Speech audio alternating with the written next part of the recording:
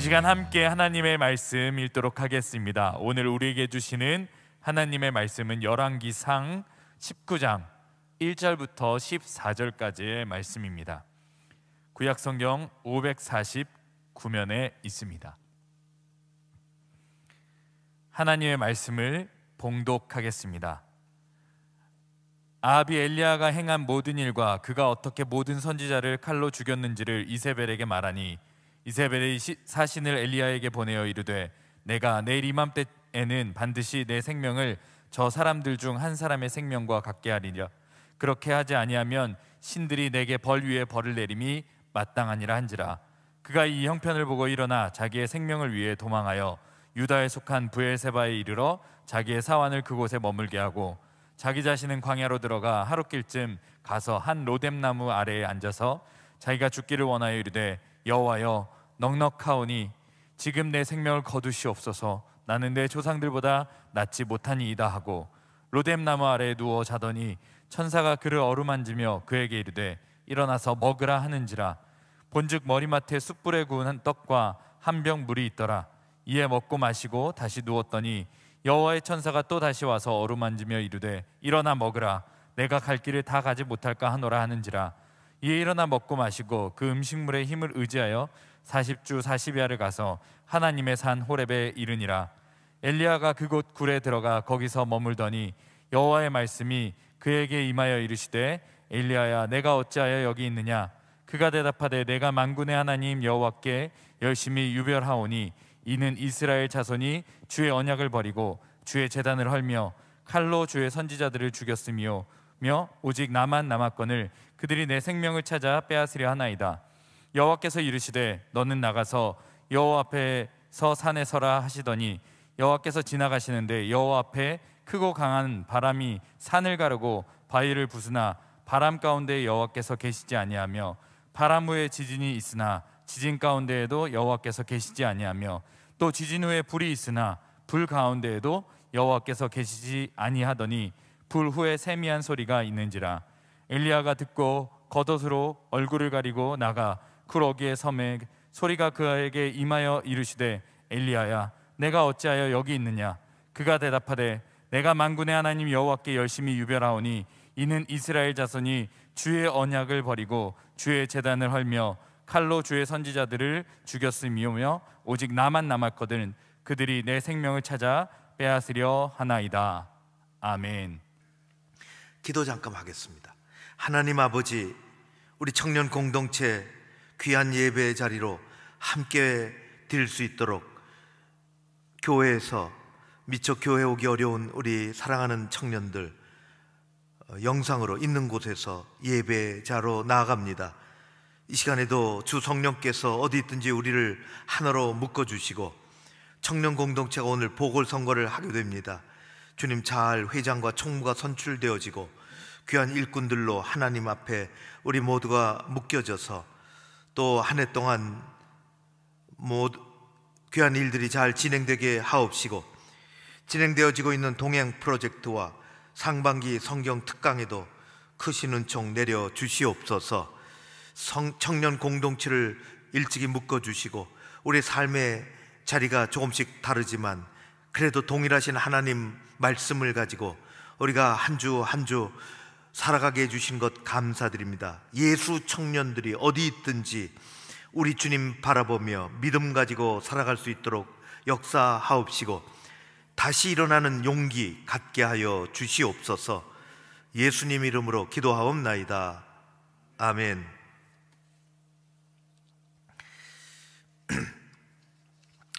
여러분들 자주 대화는 못하지만은 개인적으로는 이렇게 교회 여러분들 오갈 때도 뭐 카페에서도 보고 복도에서도 보고 다 알지 못하지만은 여러분들 기도 제목을 다 들어본 바는 없지만은 그래도 우리 청년들이 교회에 이렇게 모이고 또 함께 신앙생활 한다는 것이 큰 축복입니다. 공동체 주시는 귀한 은혜가 있습니다. 우리는 혼자 살아가기가 어렵습니다. 우리는 믿음의 끈으로 묶여 있습니다. 청년 공동체에 좋은 결실이 있기를 바라고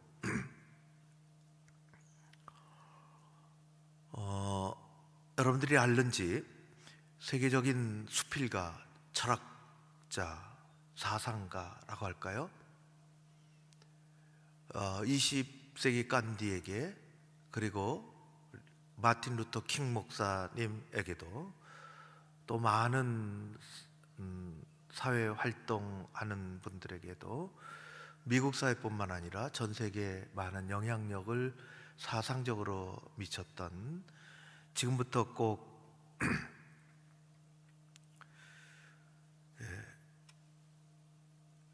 미국의 데이비드 소로라는 그런 수필가, 시인, 철학자가 있는데요. 우리에게 소개된 것은 월든이라는 소설을 가지고 소개가 되었습니다.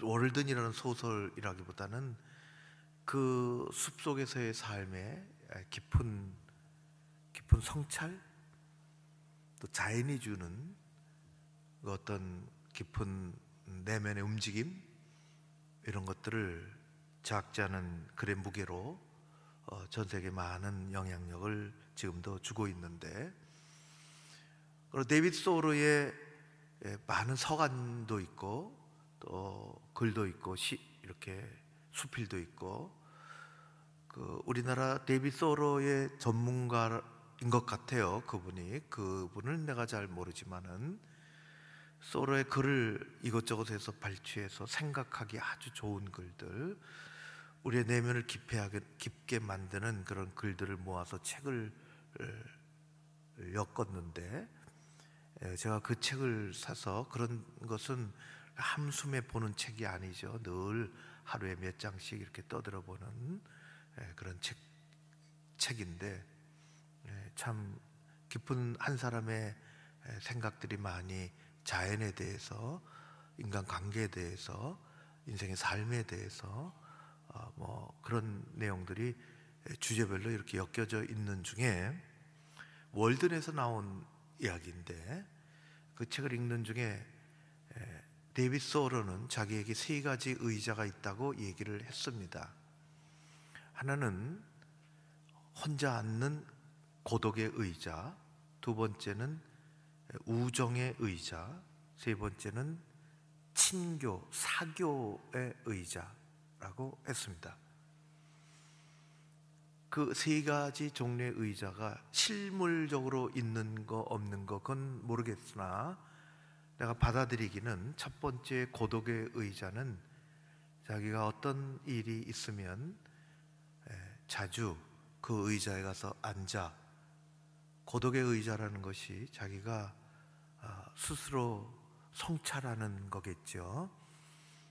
여러 가지 일들을 만나고 그럴 때마다 스스로 생각하는, 자기 자신의 내면을 들여다보고 성찰하는 엄청난 큰 힘을 가져다 주는 그런 의자라고 나는 이해를 했습니다. 우정의 의자는 우정을 나누는 친구 막 40-50명씩 모여서, 그거는 아니고 2-3명이 그저 만나서 자기의 속을 털어낼 수 있고, 또 정담을 나누면서 서로 의지하고 확인하고 위로하고 또 힘을 얻고, 그런 것이 우정의 의자가 아닌가. 그건 참으로 귀한 것이죠.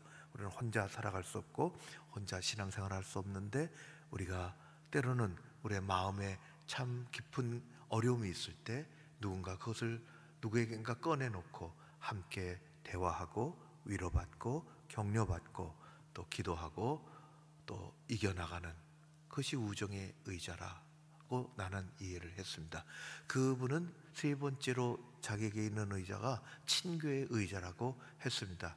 이 친교의 의자는 10명이 모이건, 미국은 파티 문화고 우리도 뭐 그럴 경우가 있겠지만은, 그저 이런저런 사람이 제약 없이 와서 한 장소에서 한 어느 일정 시간에 뭐 음료수 갖다 놓고 또 과자 갖다 놓고 그저 세상 돌아가는 아주 즐겁고 유쾌한 이야기들을 그저 나누면서 재미로, 아주 유쾌하죠, 우리 삶에. 그렇게 해서 나도 공동체 안에, 마을이면 마을, 어떤 클럽이면 클럽, 그 안에서 나도 외톨이가 아니다 하는 것을 그냥 확인하고 지나가는 의자라고 생각이 되어집니다. 이 세 가지 의자 중에서 가장 중요한 의자가 뭘까 생각을 했습니다. 가장 힘든 의자가 어떤 것일까? 그것은 내가 혼자 앉는 의자로 가는 것입니다. 혼자 앉는 의자가 내 인생에, 여러분들 그것이 익숙한지는 모르겠는데, 내가 지금 말하는 것이 여러분들의 마음에 이렇게 와 닿는지도 사실은 잘 모르겠어요. 그것은 이 가림막이 있어서가 아니라 여러분들하고 나하고 세대가 사실은 2배 이상의 차이가 나는 세대인데, 여러분들의 그것이 지금 여러분들의 그 문화 속에서 MZ 시대, 밀레니엄 Z 시대, 여러분들의 그 어휘가 이게 맞는지도 모르겠어요. 그럼에도 불구하고 시대를 초월해서 우리에게는 스스로 돌아볼 수 있는 힘을 가지고 있어야 된다는 것입니다. 그것이 굉장히 힘들어요. 쉽지 않아요. 우리는 거기서 다시 일어날 수가 있습니다. 그것이 가장 가치 있는 일 중에 하나입니다. 우리는 오늘 엘리야를 통해서 그걸 잠시 살펴봤으면 좋겠습니다. 아까 기도도 했지만은 말씀의 제목은 다시 일어서는 용기입니다. 목사님 한번 따라 할까요? 다시 일어서는 용기. 다시 일어서는 용기. 엘리야에 대한 이야기인데요, 우리가 이리저리 들어서 잘 알고 있습니다. 그는 길르앗 출신 디셉 사람이라는 것 외에는 그의 또 다른 핏줄, 혈통, 그런 것은 성경에 나오지 않습니다. 엘리야가 활동하던 시대는 북이스라엘에서 활동을 했는데, 오늘 그 이름이 나오는 것처럼 1절에 그렇게 나오죠. 아합왕 시대입니다. 아합왕은 성경에 우리가 외적으로 보면 그는 굉장히 활동력이 강한 왕이었습니다. 그런데 하나님의 눈으로 보면 우리는 성경의 시각으로, 예수 그리스도의 시각으로 하나님의 안목으로 봐야 되는데, 하나님의 안목으로 신앙적으로 보면 아합은 허접한 우상 숭배자였습니다. 아주 열을 내는 그런 사람이었습니다. 그 이유 중에 하나는 그 뒤에 나오는 이세벨에게 말하니, 이세벨 때문이었습니다. 이세벨은 아는 것처럼 아합 왕의 부인이었습니다. 이스라엘이라는 나라의 북쪽에 시돈이라는 나라가 있는데, 이 시돈 나라의 엣바알이라는 왕의 딸이었습니다. 이 두 나라의 젊은 사람들이 결혼을 한 것입니다. 시대를 초월하고 국경을 넘어서는 애틋한 사랑을 했다, 그런 게 아닙니다. 이스라엘과 북쪽에 있는 시돈이라는 나라가 대단히 다투고 경쟁하고 싸움박질하고, 그래서 이렇게 하면 안 되겠다, 두 나라 다 망하겠다, 그래서 그들이 정략적으로 한 결혼이 오늘 아합과 이세벨의 결혼입니다. 정략적으로 한 것이에요. 거기에는 사랑이나 이런 것이 없이 한 것입니다. 그래서 우리 이세벨이 결혼할 때 가지고 온 것 중에 뭐가 있는지는 모르겠지만은 성경에 나온 게 하나가 있는데, 그것은 그들이 가지고 있었던 바알과 아세라라는 우상을 수도 없이 가지고 들어왔고, 그리고 아합 왕의 묵인 아래 아주 강한 여자인데, 그는 전국에 산당을 짓고 제단을 쌓고 우상들을 세우고, 그리고 그 우상들을 제단을 지킬 많은 우상 숭배자들을, 지도자급 우상 숭배자들을 만들어 놨으며, 그것이 이스라엘 백성들의 마음을 하나님으로부터 빼앗아 우상에 바치는 일이 되었고, 나라는 걷잡을 수 없는 고통과 혼란 속에 빠져들었으며, 아합과 이세벨은 그런 우상 숭배자들을 적절하게 배치했고, 그들이 정치적인 힘도 그들에게 있었습니다. 그런 혼동의 시대 가운데 갈멜산 정상에서 벌어진 일이 19장 1절에 읽은 것이에요. 엘리야가 행한 모든 일과 그가 어떻게 모든 선지자는 우상 숭배자들을 이야기하는 것입니다. 칼로 죽였는지, 이 이야기가 18장에 나오는 이야기인데 우리는 읽지는 않았지만 어떤 스토리인지 알고 있어요. 갈멜산 정상에서 우상 숭배자 950명, 가짜 선지자들 950명의 영적인 대결이 일어납니다. 하늘에서 불이 내리죠. 옛날에 호렙산에서 하나님께서 불을 내려 우상 숭배를 하고 있던, 이 광란의 춤을 추고 있던 이스라엘 백성들에게 불을 내려 그들을 멸하신 것처럼 18장에 읽어보면 엘리야의 기도를 따라 하나님께서 하늘에서 불을 내려 950명의 가짜 선지자들, 우상 숭배자들, 우상 숭배 지도자들을 멸하신 것입니다. 그 내용이 나와요. 성경의 역대급 승리가 일어난 것입니다. 영적인 전쟁 그렇게 이야기하지만은 그야말로 최고의 영적인 전쟁의 승리가 있던 것입니다. 그런데 이야기는 여기서 끝나면 참 멋있겠는데 성경은 여기서 끝나지 않고 1절에 뭐라고 얘기하냐? 이세벨에게 말하니 아합이 이런 일이 있었다. 당신과 내가 의지하고 이 나라를 우상의 나라로 만들어가는데 그렇게 사용되었던 사람들이 죽었다. 한 사람 엘리야, 그로 말미암아 이 일이 벌어졌다고 하니 2절에 어떻게 되어 있느냐? 이세벨이 엘리야에게 사람을 보내서 너 죽이겠다 이렇게 됐습니다.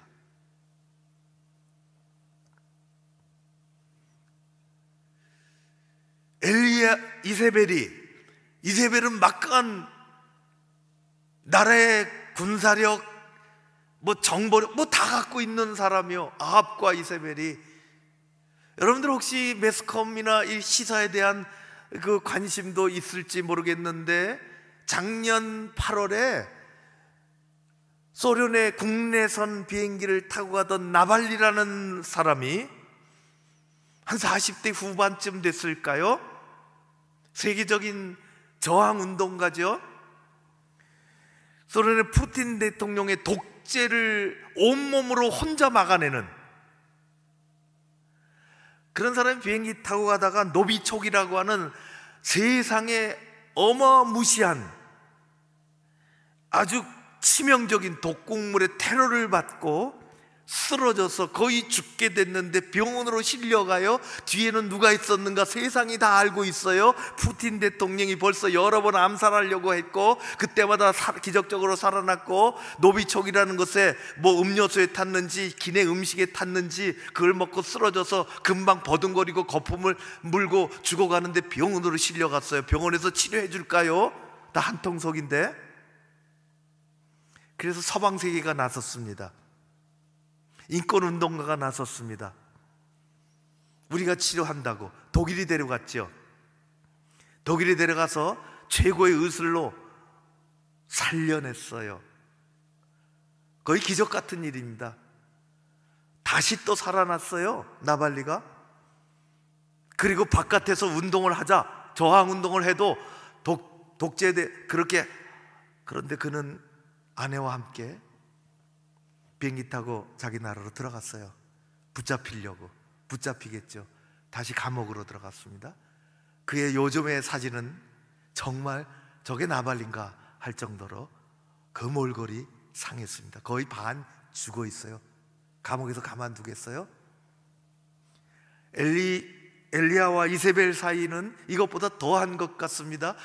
지금은 나발리라고 하는 혼자 온몸으로 싸우는 나발리를 돕는 세력들이, 국제적인 세력들이 있지만은, 서방 세계가 있지만은 그 당시 엘리야를 돕는 사람이 없어요. 그래서 엘리야가 맞서 싸우면 좋겠지만은 그는 피해서 도망갔는데 살기 위하여 어떻게 했느냐? 3절에 보니까 자기 생명을 위해 도망하여, 그렇게 했습니다. 자기 생명을 구하기 위해서, 자기 생명을 지켜내기 위해서. 18장에 있었던, 며칠 전에 있었던 그 엄청난 그 싸움, 그 용기, 그것은 다 없어지고 깡그리 무너지고 이제 두려움에 덜덜덜덜 떨면서 목숨 하나 건지려고 3절이 그런 거지요. 도망했어요. 그것도 도망했어요. 도망갔어요. 어디까지 도망갔느냐? 남쪽 나라, 유다 나라, 브엘세바까지 도망가서 광야로 들어갔습니다. 우리가 잘 아는 로뎀나무 아래 기어 들어가서 어떻게 기도합니까? 나는 이 기도가 이해가 안 돼요. 뭐라고 기도했지요? 살려주십시오. 하나님 앞에 살려주십시오. 그렇게 기도했습니다. 3절에 어떻게, 왜 도망했는데 하나님 앞에 4절에 보면 살려주십시오 그런 게 아니라 죽여주십시오 그렇게 기도했어요. 나 죽여주십시오. 나는 이 기도가 이해가 안 됩니다. 죽여달라고 했어요. 3절에 보는데 살기 위해서 도망쳤는데 하나님 앞에 가서 죽여달라고 했습니다. 이게 진심일까요? 이게 본심일까요? 정말 죽고자 했으면, 그가 죽고자 했으면 하나님 앞에 살고자 도망치고 하나님 앞에 와서 죽여달라 그렇게 기도하기 전에 아합에게 달려들어, 이세벨에게 달려들어 두 번째 영적인 전쟁을 일으켰어야죠. 죽든지 살든지.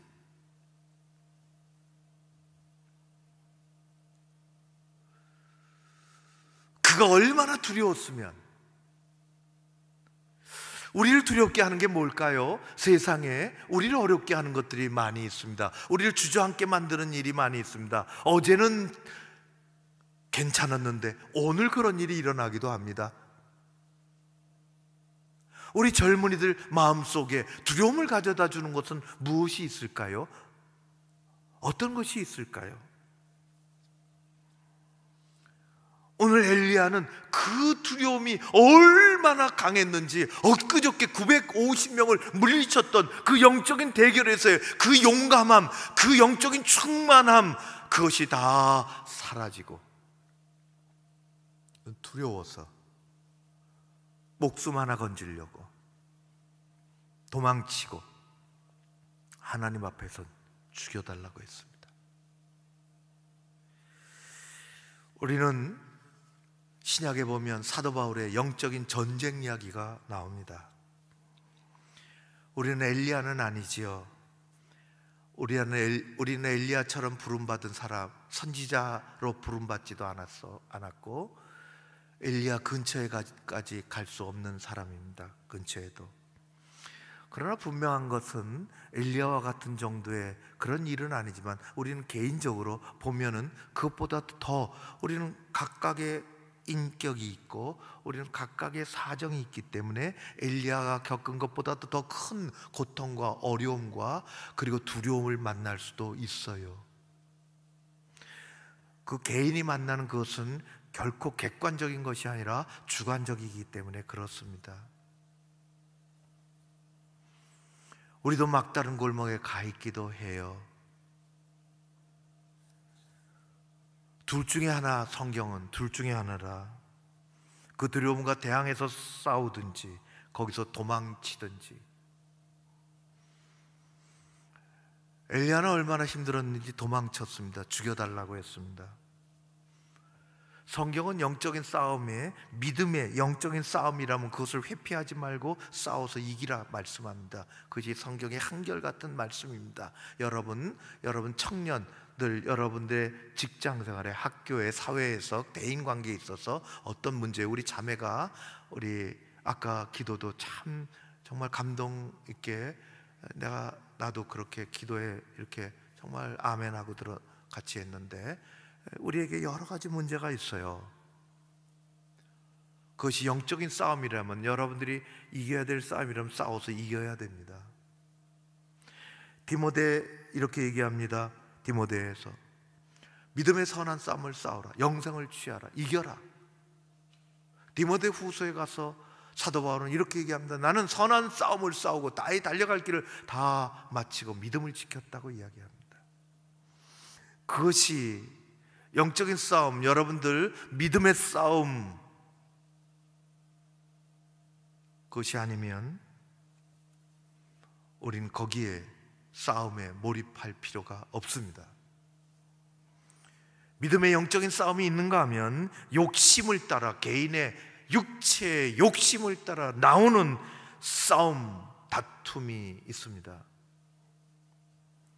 갈라디아서 5장에 보면 사도 바울은 이렇게 얘기합니다. 육체의 소욕은 성령을 거스르고 하나님 거스리는 거예요. 하나님의 영을 거스릅니다. 성령은 육체를 거스리나니 이 둘이 서로 대적함으로 둘이 같이 갈 수 없습니다. 사단을 따라가는 싸움과 성령의 역사하심은 같이 갈 수가 없습니다. 너희가 원하는 것을 하지 못하게 하려 함이라. 뭐가? 육체의 소욕이, 뒤에 사단이 그렇게 한다는 것입니다. 믿음의 선한 싸움, 영적인 싸움을 통해 성령 안에서 우리 청년들 지지 않고 승리하는, 내공을 기르는, 우리 주님과 더불어 나아가는, 다시 일어서는 용기가 여러분들에게 있기를 주의 이름으로 축원합니다. 로덴나무 아래 가서 죽여달라고 했어요. 기이한 일이 벌어졌어요. 참으로 기이한 일이. 천사가 왔습니다. 어루만졌습니다. 머리맡에 일어나 먹으라. 밥상이 차려졌습니다. 밥상이 숯불에 구운 떡과 한 병 물이 있더라. 먹고 마시라. 일어나라. 힘을 내라. 하나님이 보낸 천사. 성경에 보면 예수님 부활하신 다음에 예수님이 밥상을 차리시는 얘기가, 조반 밥상을 차리시는 얘기가 요한복음 21장에 나옵니다. 갈릴리 바닷가에 예수님 부활하셨는데도 예수님 부활의 그 주님을 뒤따르지 아니하고 실망하고 헛것이겠거니 잘못된 것이겠거니 세상은 수군거리고, 그래서 제자들은 내 갈 길로 가겠노라. 갈릴리 출신들은 모여서 갈릴리로 갔지요. 바닷가에 갔습니다. 그들은 어부 출신이라 그들은 코가 석자나 빠져서 갈릴리 바닷가에 가서 그물을 던졌지만은 낚인 게 하나도 없어요. 밤새도록 했지만은 빈 그물이라. 그럴 때 어둠이 차차 가시고 저쪽에서 누군가가 말씀하는데 배 오른쪽에 그물을 던지라. 그래서 그물을 던지니 물고기가 153마리가 잡혔다. 그것도 작은 게 아니라 큰 물고기가 잡혔다. 그래서 배에 가득했다. 그래서 돌아왔어요. 돌아온 그 현장에 예수님이 계셨습니다. 부활하신 예수님이 계셨어요. 그리고 그냥 계신 것이 아니라 숯불을 피워놓고, 오늘 말씀하신 것처럼 숯불을 피워놓고 예수님이 조반 밥상을 차려놓고 먹으라, 그렇게 하셨어요. 말씀을 듣는 것은 영적인 음식을 먹는 것입니다. 맛있게 먹어야죠. 배부르게 먹어야 됩니다. 우리 청년들이 내일 또 다시 세상에서 어떻게 신앙생활을 할지, 어떻게 이 어려운 세상을 또 이겨나갈지, 갈등이 많고 윗사람과 아랫사람과 동료들과 친구들과 관계 속에서 정말 어려워요. 세상은 우리를 편하게 내버려 두지 않습니다. 하나님의 말씀을 잘 먹고 그걸 갖고 나가야 돼.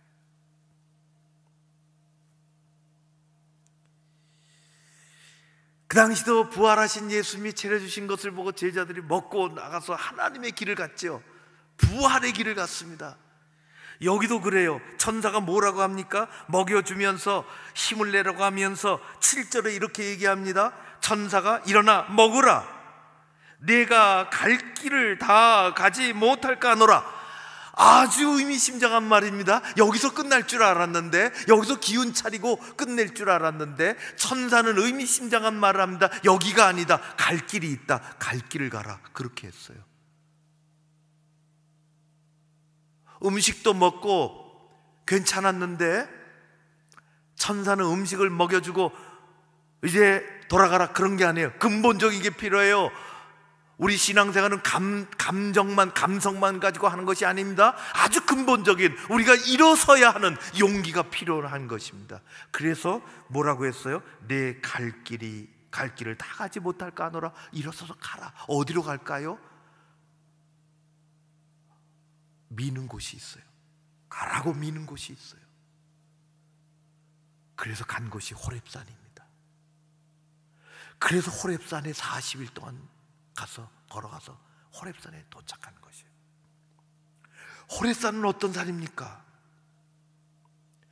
호렙산은 그 옛날에 엘리야가 있기 전에 그 옛날에 모세가 바로가 무서워서 바로가 두려워서 도망왔던 산이에요.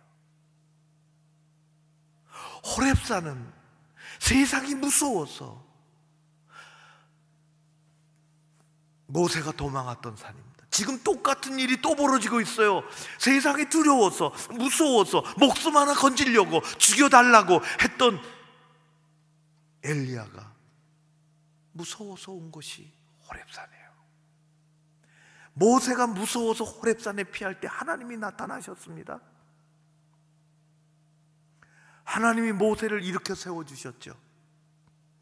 하나님께서 모세에게 나타나셔서 내가 스스로 있는 게 아니라 말씀하셨어요. 그 말씀은 넘어뛰겠습니다. 하나님은 모세에게 나타나셔서 당신의 이름을 말씀해 주셨어요. 왜 두려워서 떨고 있는 모세에게, 세상을 피해 사는 모세에게 왜 당신의 이름을 말씀하셨을까요? 자신을 계시하셨을까요? 여러분, 하나님을 아는 것이 세상을 살아가는 영적인 능력이 되는 것입니다.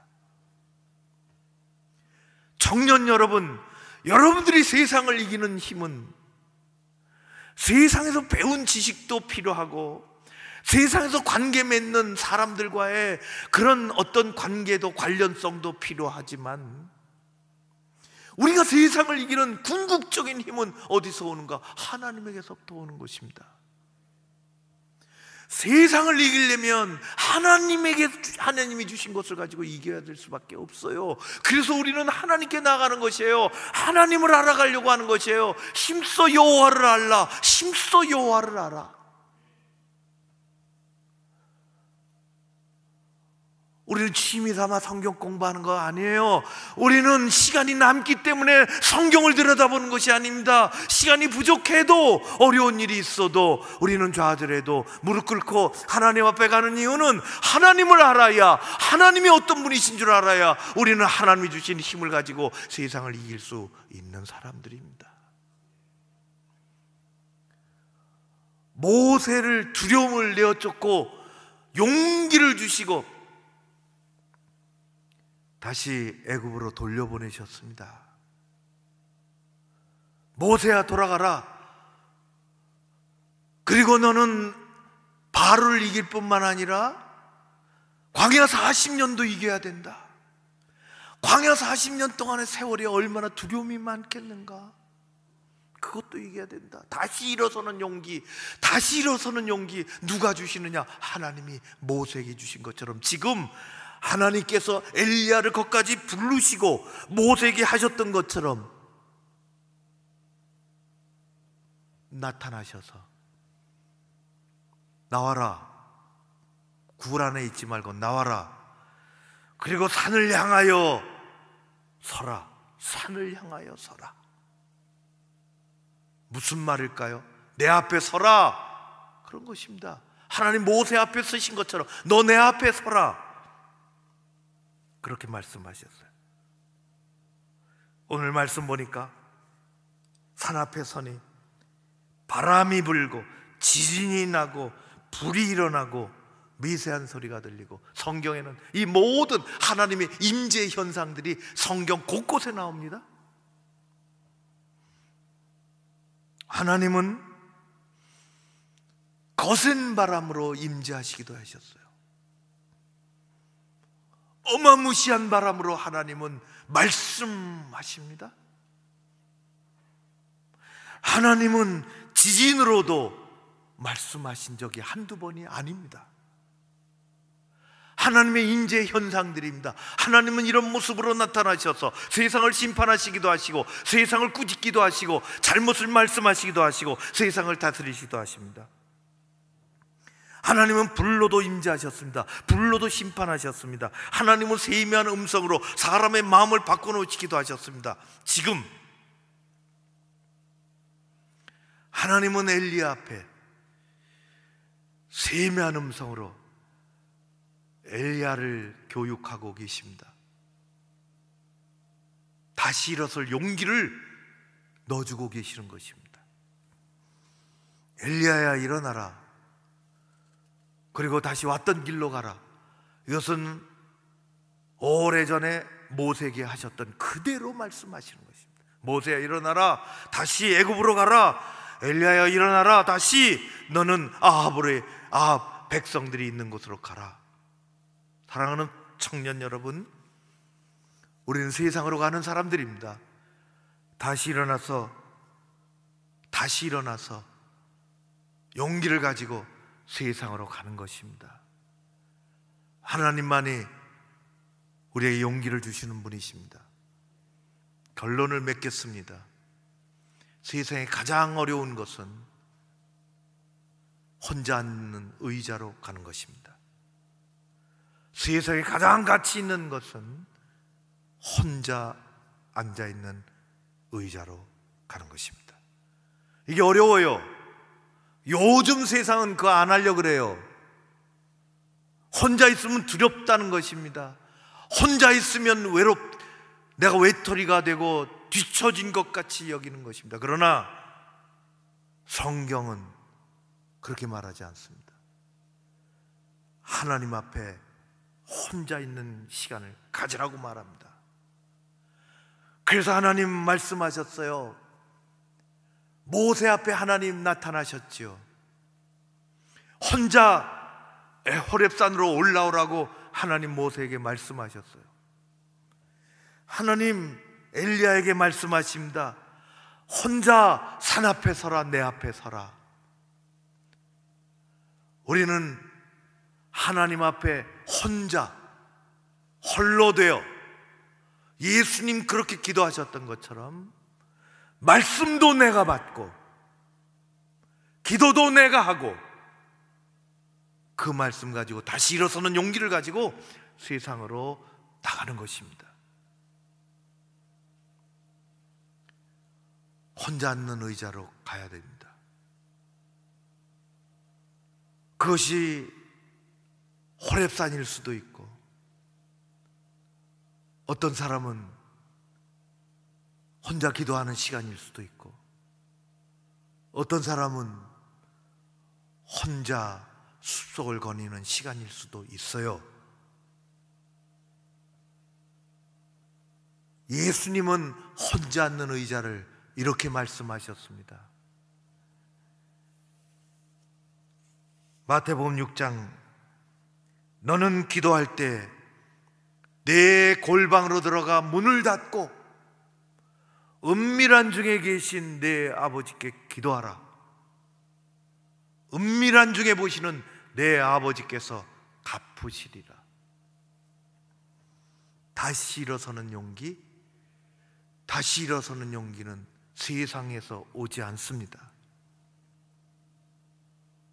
영화 한 편 보면 기분 좋고, 머리 어떻게 다듬으면 며칠 좋은 것 같은데, 그것이 나를 변화시키는 건 아닙니다. 그것이 세상을 맞서 싸워 이길 용기를 주는 것도 아닙니다. 우리는 순간순간 하나님 앞에 가는 것입니다. 말씀을 붙잡고 가는 것입니다. 그 예외가 없어요. 그거는 목사나 전도사나 집사나 성도 청년들이나 예외가 없습니다. 여러분, 세상은 우리를 편안하게 내버려 두지 않지요. 청년 여러분들의 눈물을 뉴스를 보고 알기도 해요. 이리저리 들어서 또 전화하기도 합니다. 우리는 지면 안 됩니다. 다시 일어서는 용기, 다시 일어서는 용기. 하나님이 여러분을 사랑하십니다. 하나님이 말씀으로 여러분들을 찾아가십니다. 내 앞에 서라. 하나님 앞에서 그 말씀 가지고 세상에서 승리하는, 다시 일어서는 용기로 나아가는 우리 청년 모두가 되기를 바랍니다. 고마우신 아버지 하나님, 우리 청년들의 눈물을 아십니다. 우리 청년들의 때로는 찾아오는 어려움과 말 못할 좌절도 아십니다. 누구는 질병으로, 누구는 회사의 일로, 누구는 깨어진 관계로, 누구는 끝이 없는 의심으로, 누구는 또 다른 고통으로. 그러나 우리는 다시 일어납니다. 예수 그리스도 이름으로 다시 일어섭니다. 하나님이 우리 청년들을 붙잡아 주시옵소서. 다시 일어서는 용기를 갖게 하여 주시옵소서. 아버지께서 소중한 영혼들 한 사람 한 사람 붙잡아 주시고 믿음이 커지게 하시고 영성이 깊어지게 하시고 흔들리지 않게 하여 주시옵소서. 예수님 이름으로 기도하옵나이다. 아멘.